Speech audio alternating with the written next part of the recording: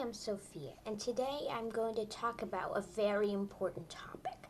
It's the molecular basis of inheritance, because you have to unlock what that molecule of inheritance is and its replication. And that wasn't achieved until recently.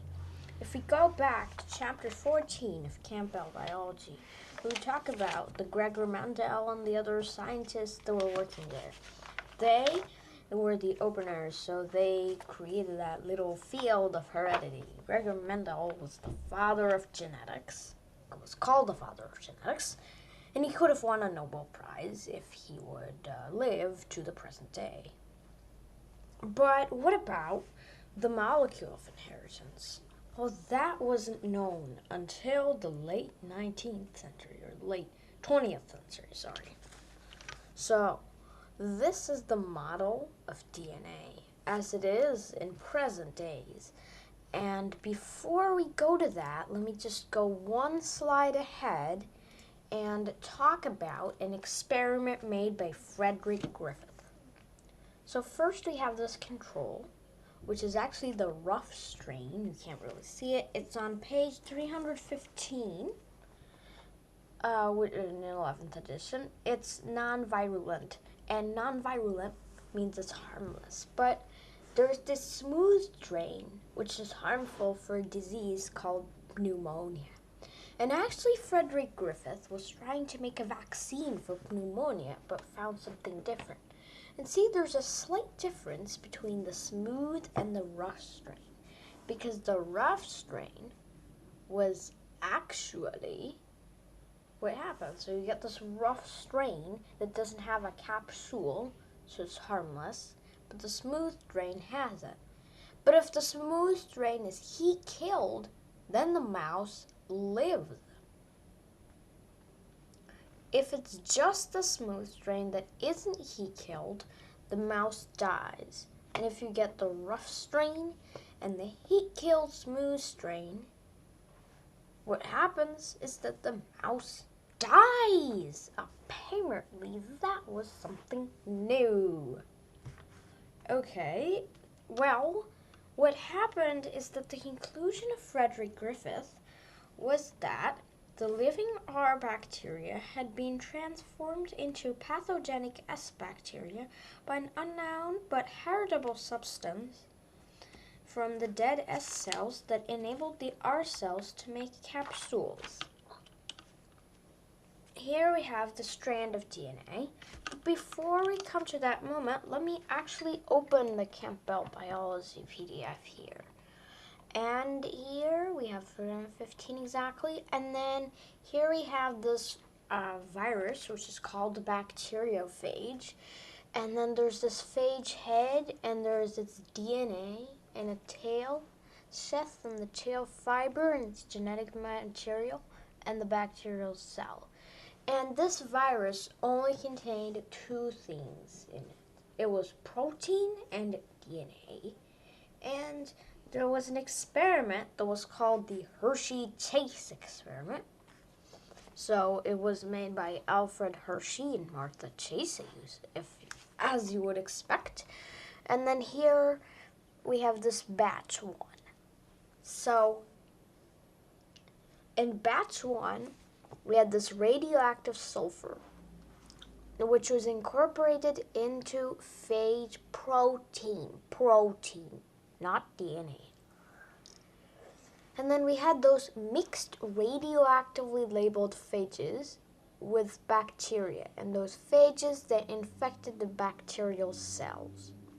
And then they agitated the mixture in a blender to free the phage parts outside the bacteria from the cells. And then they measured the radioactivity in the pellet and the liquid. And the phage protein was found in the liquid. So it was not the heritable material. And then they did the same thing with this phosphorus, this other radioactive isotope. And what they realized is that the phage DNA was found in the pellet. So DNA is the genetic material. So now they actually figured out what the molecule of inheritance was. But there was a very important discovery. we had to figure out its structure to figure out how it replicates.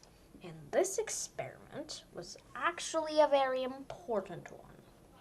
So important that they actually earned a Nobel Prize for this. The Structure of DNA by Francis Crick. And then we have Watson, so Watson and Crick. And then Rosalind Franklin helped her in this case, James Watson. And we have Francis Crick. And we have someone else who helped, who was named Morris Wilkins.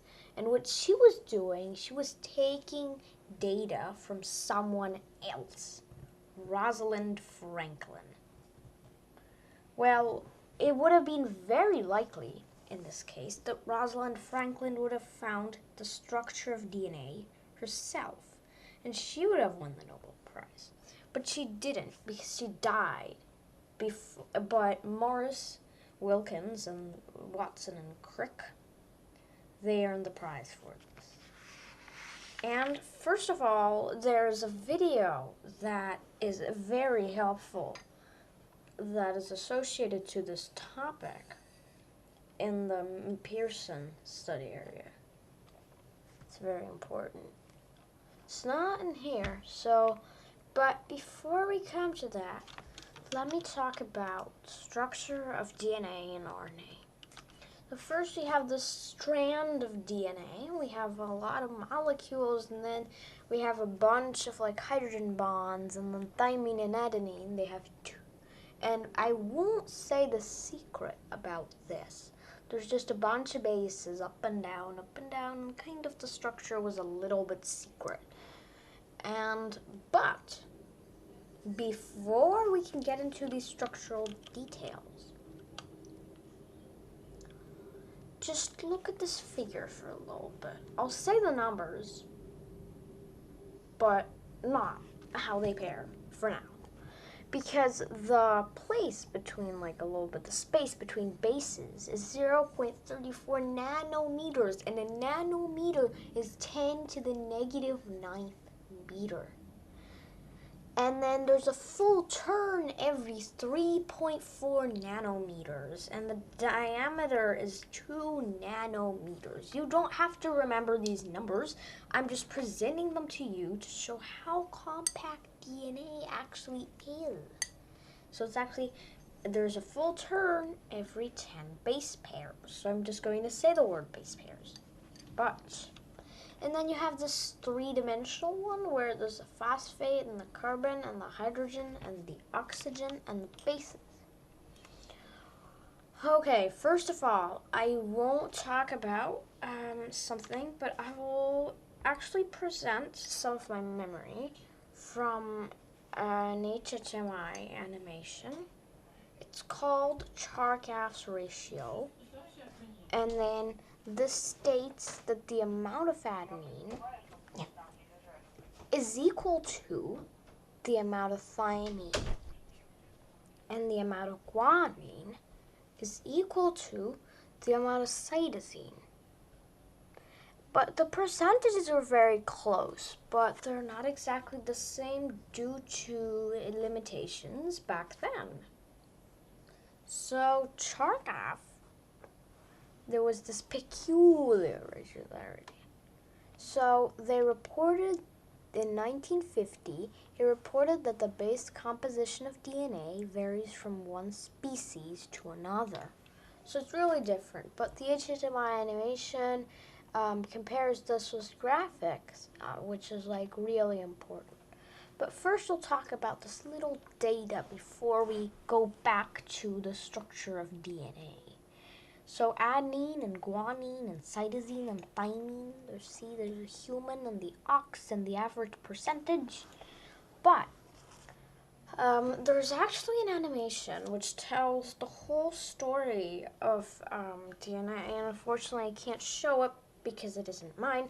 It's again another HHMI which is available in the study area, and it is available on the HHMI website as Great Discoveries in Science, the Double Helix. this is just a very important one, which could resume the whole structure. I'll just say part of it. First, Rosalind Franklin made this X-ray diffraction photo of DNA. See, there's an X-ray. And Watson and Crick used this as help because then they found out that it was a helix, but there were certain errors in the Watson-Crick model, and one of those errors was actually that they thought the like bases would pair with each other. Like dissolves like in solubility, but that wasn't true. Why? Because here in this book, there is a model that the purine and the purine are too wide, and the pyrimidine and pyrimidine are too narrow. And the purine and pyrimidine, the width is consistent with X-ray data. And I'll inform that the like bases are either purine and purine or pyrimidine and pyrimidine. So what is happening is that there's either purine, purine, pyrimidine, pyrimidine, and then you're literally done, right? But there's still one other way to pair. It's a purine and a pyrimidine, which meant that the bases won't be like. Well, which bases were purines, I'll just inform you how they pair via this one-letter notation. So the bases A and T, so we had A and T, were pairing, and C and G were pairing. So the A and T bases were just in one pair, and they were via those two hydrogen bonds that I talked about earlier. And we had the A and G, which were purines, and the T and C, which were pyrimidines. And what was occurring that was there, they realized what it was. And this was actually this perfect way of pairing. And another evidence was again Tarkow's rule. So they realized what pairs was what else. And this helix was very good for that replication. That was very understandable. Now I can actually talk about the bases, and they're much more, not the shortened forms. We have the adenine that pairs with the thymine, and the cytosine, which pairs with the guanine. And then you have the sugar and the phosphate that pairs here. So there's actually another sugar that is similar and contains the bases adenine and guanine and cytosine and uracil. And uracil is actually another, see, it's another pyrimidine. So instead of this thymine that only occurs in DNA, we could have uracil that only occurs in RNA. And it's single-stranded, so it can't be replicated as easily. So what they do is that they cut that helix in half and pass through a process called transcription to yield this RNA. Okay, so here we have different models of DNA, and this is a piece of an animated GIF showing a small part of the bases, which you can actually turn around. So here, in this last image, is a piece of an image from the genome. We have the adenine, and the thymine, and the cytosine, and the guanine. So first, let me actually present one of my videos on DNA. It's called DNA Animation. The link is posted if you can't see it, okay? Here we see a DNA molecule that orbits, and we see its several bases. And this molecule is composed of only 4 bases: the adenine, which pairs with the thymine, and the cytosine, which pairs with the guanine. So I'm just going to do a little pause here. This is what we covered before, just another review, because it's important to just not even, sometimes it isn't super important to know the bases, but I like remember them by their long names. And here you actually see the real picture. You see this real animated GIF that's circling all the time when I say something. And let me just increase the volume by a little bit.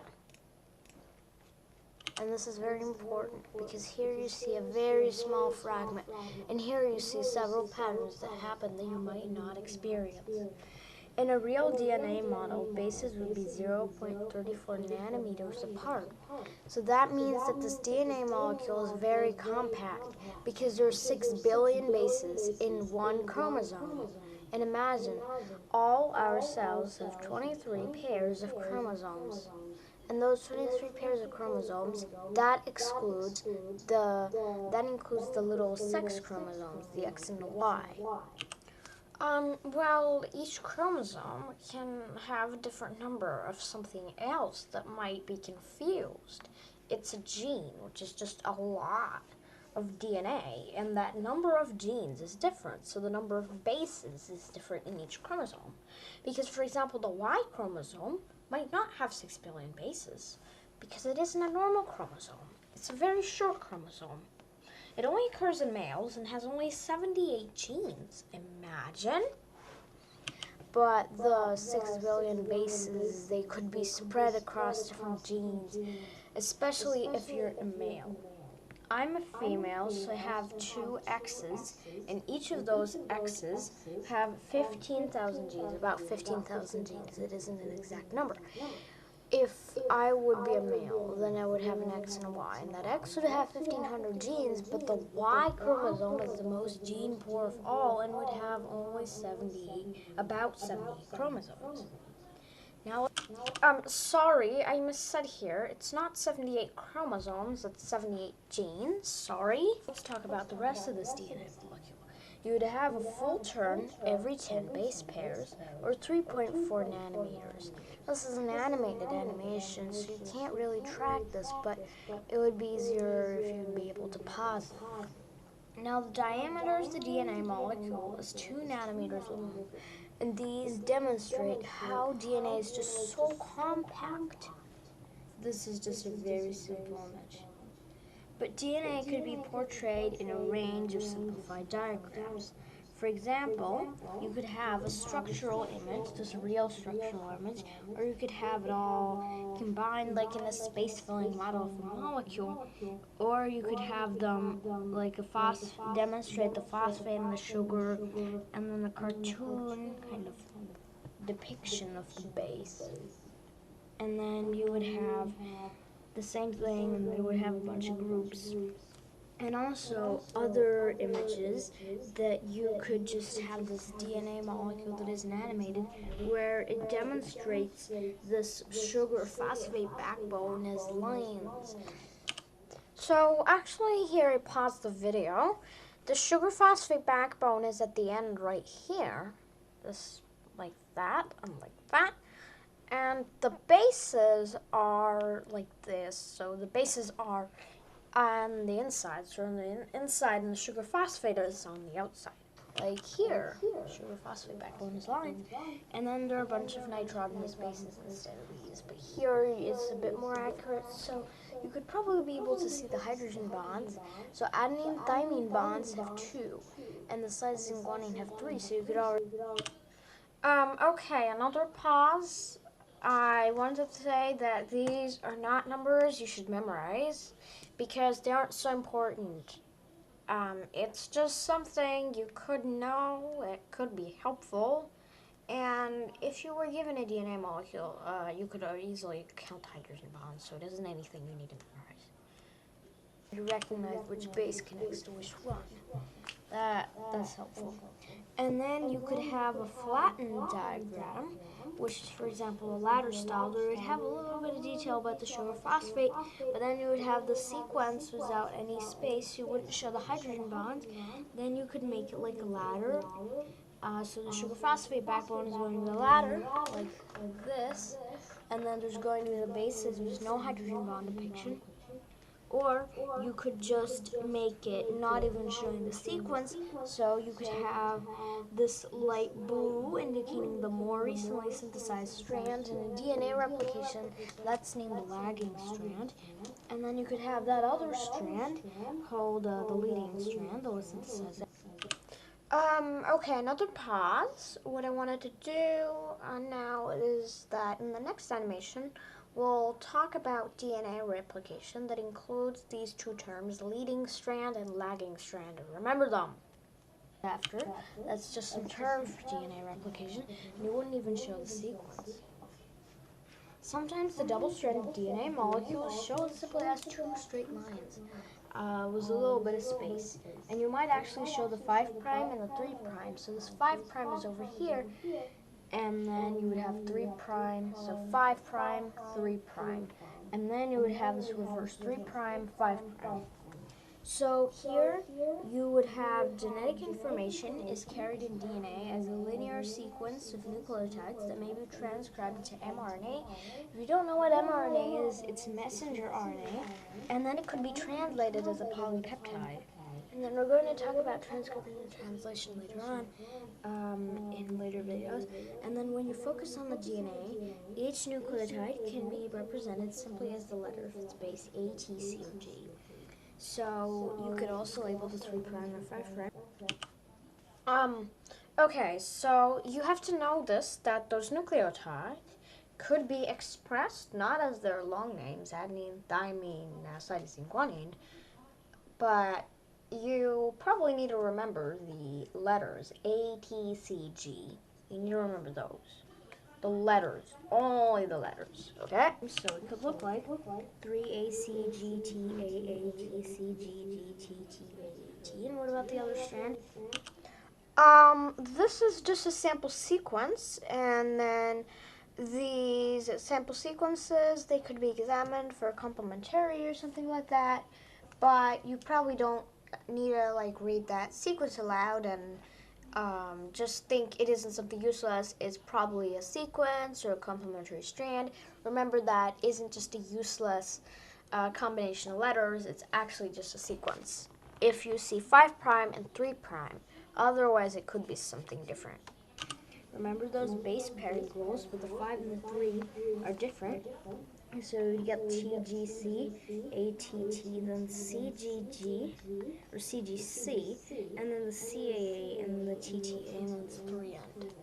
Okay, thank you so much. Also, this is available, and you could see this is a DNA animation, and this is available online. And this was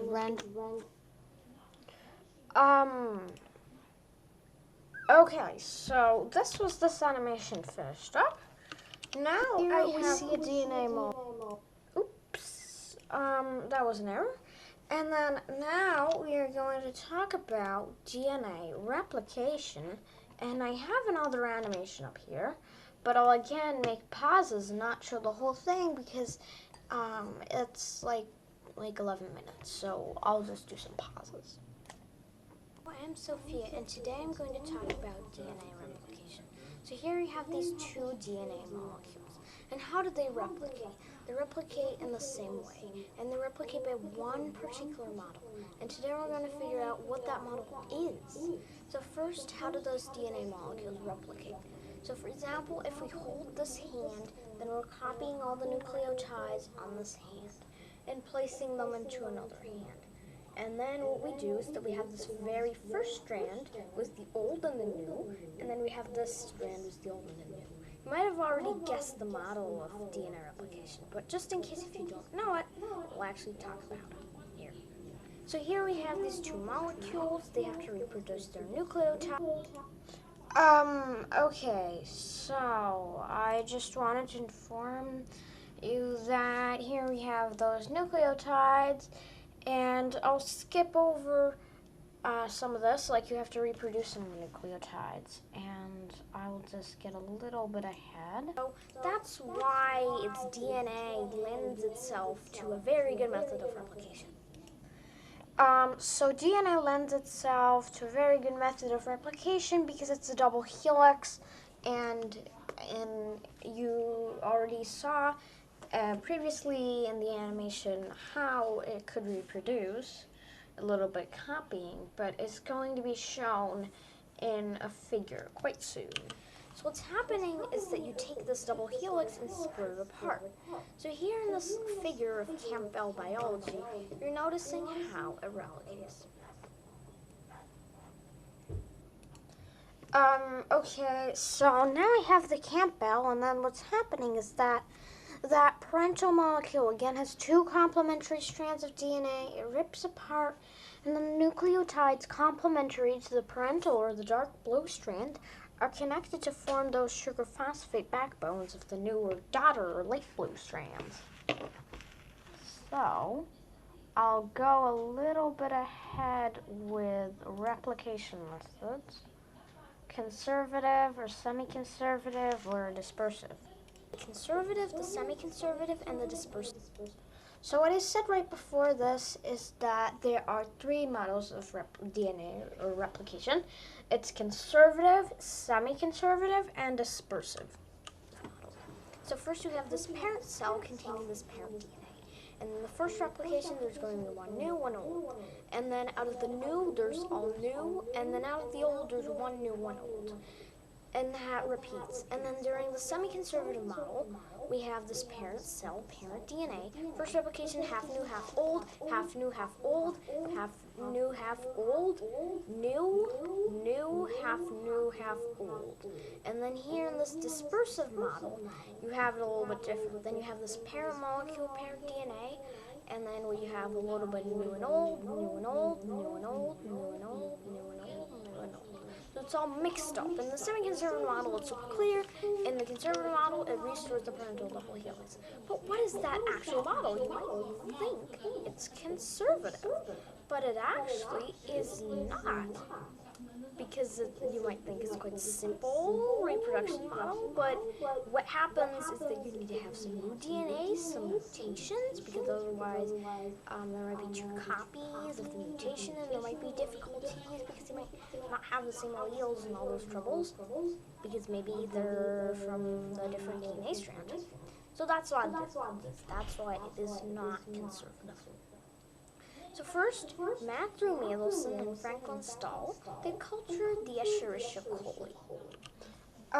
Okay, so here I'll just dictate this, that there is a bacteria cultured in the medium with this heavy isotope that is nitrogen-15, and then they're transferred to a medium with this nitrogen-14, and then when the DNA sample is centrifuged after the first replication, then we have this thing right here, and then in the second replication, this is the less dense, this is the more dense.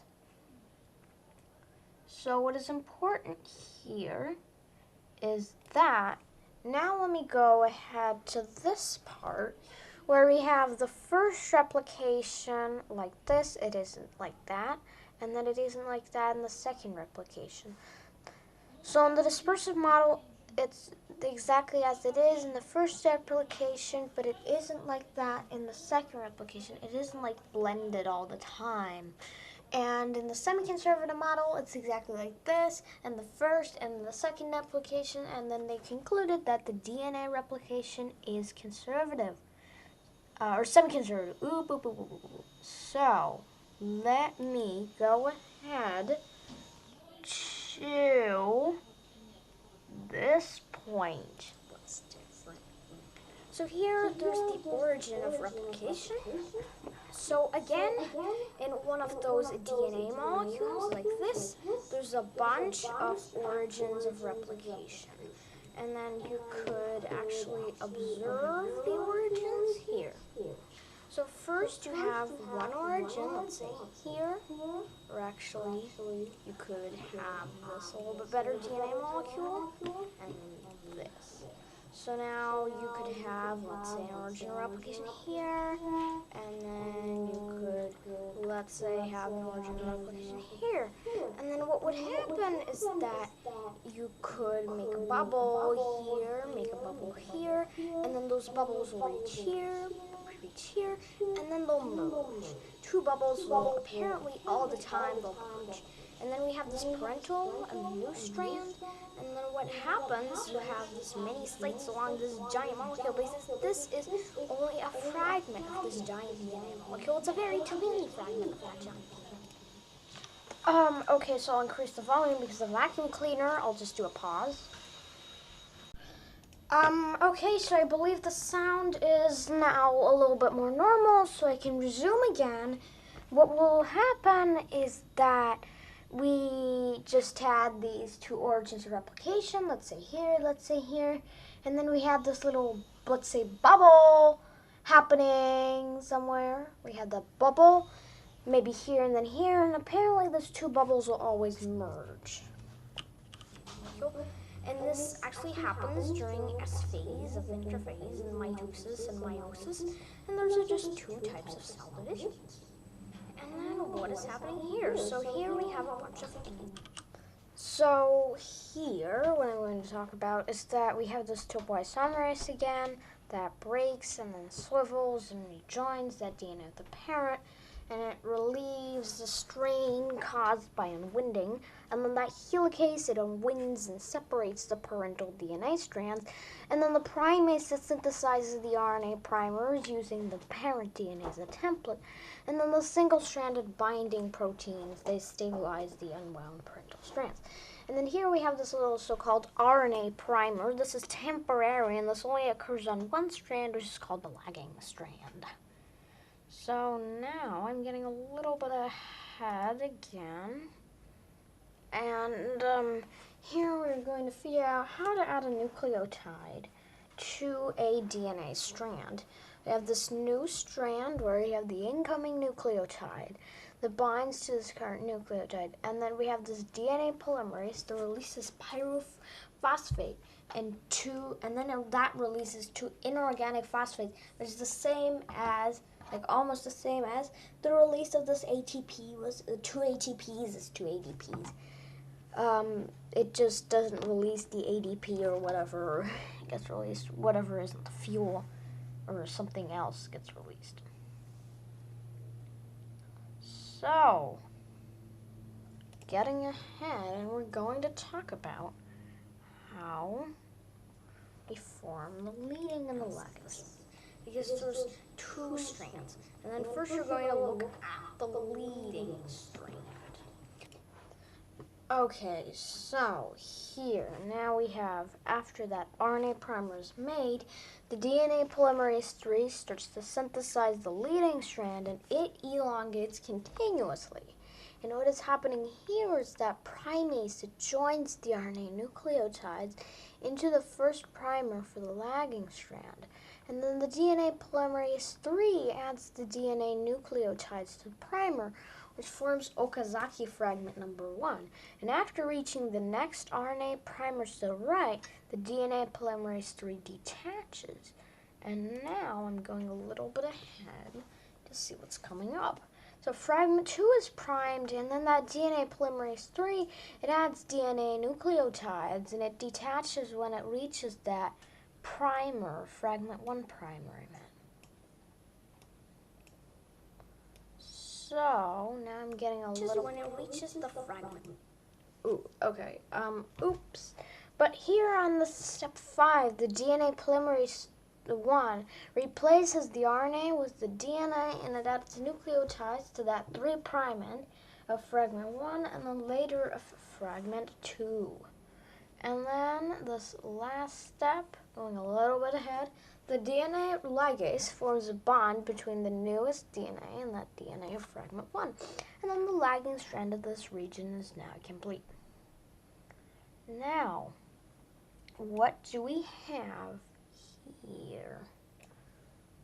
Well, we have here is an important cause of these molecules. So first, the shortening of DNA. And we have this last fragment right here, next to last fragment here.